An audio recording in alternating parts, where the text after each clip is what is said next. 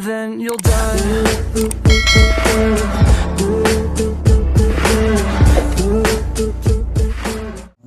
Okay, good day mga ka-DIY. So, for today's video po, talakayin po natin kung ano yung difference between 2024 na mudguard compared to the lower version po, yung 2023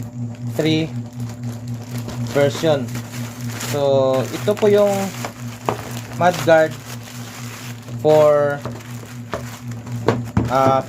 that will fit for 2018 to 2023, while this one is for the 2024 alone, yung pinaka-latest po na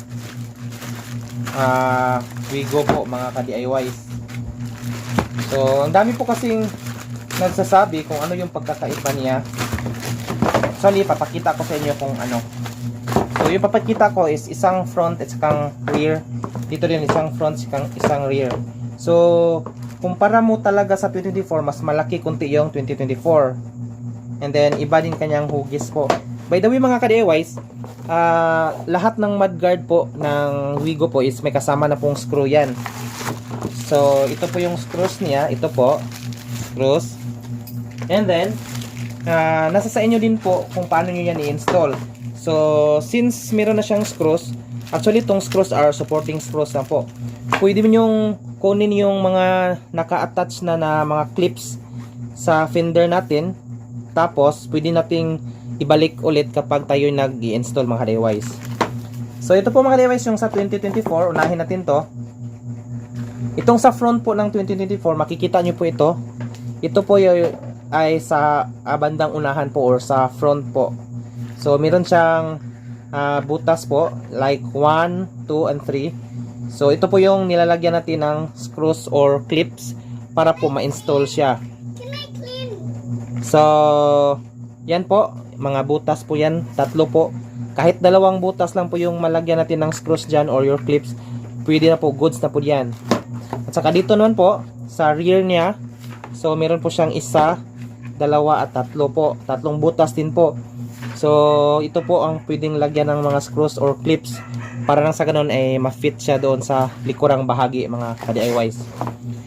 Same thing po sa 2018 to 2023 po mga ka-DIYs, yung kadalasang nalalaman natin na Gen 2 to Gen 3. Ito po, kasya po to ng Gen 2 at saka Gen 3 po. So yan po, kita nyo po, mas maliit po siya konti compared sa yung bago po na generation po. So yan po. Meron din siyang butas po na panglagyan po ng clip at saka screws. Ito po, 1, 2, 3, 4. Kalimitan po pag ako nag-i-install po nito, kahit tatlo lang po yung lalagyan natin ng supporting screws, pwede na po yan mga ka-DIYs. And then ito din po yung para sa harap. So kung makikita niyo po sa harap, simplified po yung sa harapan niya mga ka-DIYs. So dalawa lang po yung malaking butas, then may isa po dito for supporting po. Pag salpak lang naman po nito mga ka-DIYs, napakadali lang po kasi yung hugis po nito is sa tumpak po sa hugis ng Gen 2 and Gen 3. Pareho lang din po sa 2024. Yung hugis niya po or cut niya is eksaktong-eksakto po sa siding ng ating mga Wigo mga ka-DIYs. So yan lang po mga ka-DIYs. So itong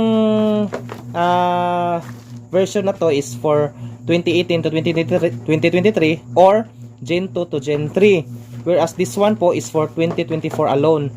So yan po yung pagkakaiba nila. So tingnan nyo lang po yung pagkakaiba para hindi po kayo magkakamali pag nag-order kayo. Sa Gen 1 nga pala, wala ako maipakita ngayon since masyado na pong yung Gen 1 kasi madalang na po yung naghahanap sa kanya.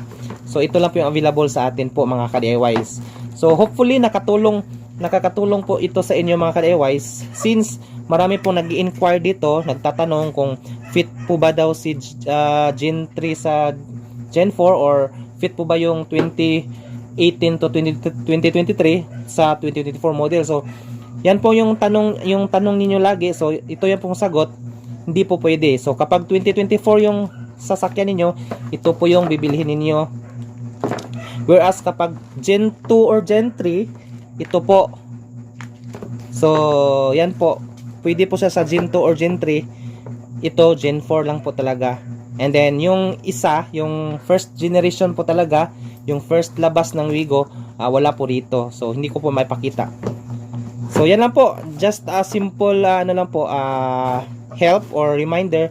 Kasi madami po ako natatanggap na katanungan regarding ito. So, sa mga hindi pa nakapag-subscribe po, subscribe na. At kung meron kayong mga tanong regarding Wigo accessories, feel free to ask po, kasi baka magawa natin yan ng solusyon or sagot, papakita natin din sa iba.